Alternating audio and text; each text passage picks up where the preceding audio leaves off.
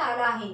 तरी सर्व प्रेक्षकांनी चॅनलला लाईक करा, सबस्क्राइब करा व नोटिफिकेशन मिळवण्याकरता बेल आयकॉन प्रेस करा। मोहोळचे आमदार यशवंत तात्या माने यांनी माझ्यावर चुकीचा आरोप केला, याची व्हिडिओ क्लिप व्हायरल होत आहे। पण यशवंत तात्या माने मला बंधुतुल्य आहेत। त्यांनी कोणतेही चुकीचे विधान केले नाही, त्यामुळे त्यांच्या बोलण्याचा विपर्यास केला जाऊ नये अशी विनंती राष्ट्रवादी काँग्रेस अजितदादा पवार गटाचे कार्याध्यक्ष डॉक्टर शशिकांत तरंगे यांनी केले आहे। तर आपण प्रत्यक्षच पाहूयात ते काय म्हणतायत।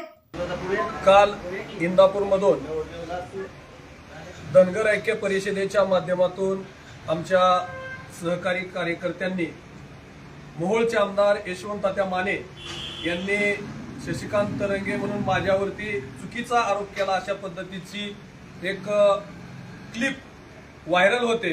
तरी मी या घटनेचं एक सविस्तर सांगतो की यशवंत तात्या मानेंनी माझ्या संदर्भामध्ये कोणतंही चुकीचं विधान केलं नाही। त्यांनी अतिशय प्रेमाने, मी राष्ट्रवादी काँग्रेस पार्टीमध्ये 2016 पासून सक्रिय कार्यकर्ता आहे, परंतु मध्यंतरी 2 वर्ष मी कोणत्याही व्यासपीठावर राष्ट्रवादी काँग्रेसच्या जात नव्हतो आणि त्यामुळे अजितदादा पवार साहेबांनी धनगर ऐक्य परिषदेची बैठक घेऊन मला राजकारणामध्ये सक्रिय होण्याची विनंती केली आणि त्यांनी मला कार्याध्यक्ष पदावरती राज्याच्या जबाबदारी दिली।